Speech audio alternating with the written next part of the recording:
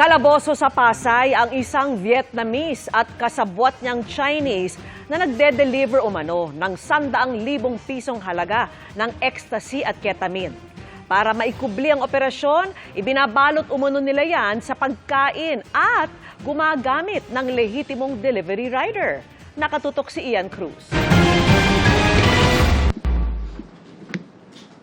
Tiklo sa isang operasyon ng NBI Organized and Transnational Crime Division ang isang Vietnamese national bunsod ng pagtutulak umano ng drogang ecstasy at ketamine sa Pasay City.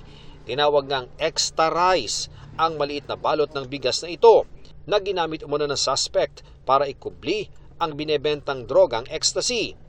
Tinatayang 100,000 piso ng ecstasy at ketamine ang nasabat ng mga otoridad. Naaresto rin pati na ang lookout umano ng Vietnamese na isang Chinese national. Ayon sa NBI, ang modus ng suspect, isama sa pagkain ang binebentang droga sa mga kapwa banyaga dito sa bansa.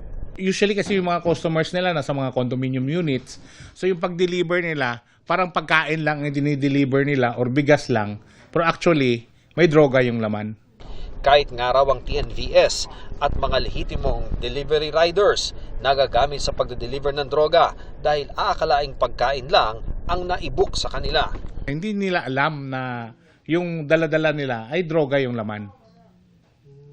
Kasi pagkabigay sa kanila, makikita mo talaga pagkain or bigas.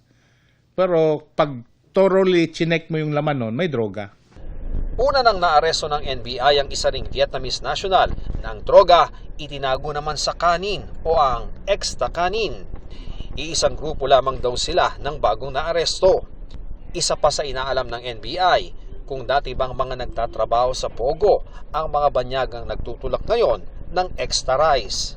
Yun yung isa sa tinitingnan naming na anggulo na baka nga wala na silang sa Pogo, dito na sila nag-ship sa droga. Ipinagharap na ang Vietnamese at Chinese national ng reklamong paglabag sa Comprehensive Dangerous Drugs Act. Sinikap naming makuha ang panig ng suspect sa pamamagitan ng isang interpreter. Em bán thuốc này bao lâu? He did not say anything. Para sa GMA Integrated News, Ian Cruz, nakatutok 24 oras.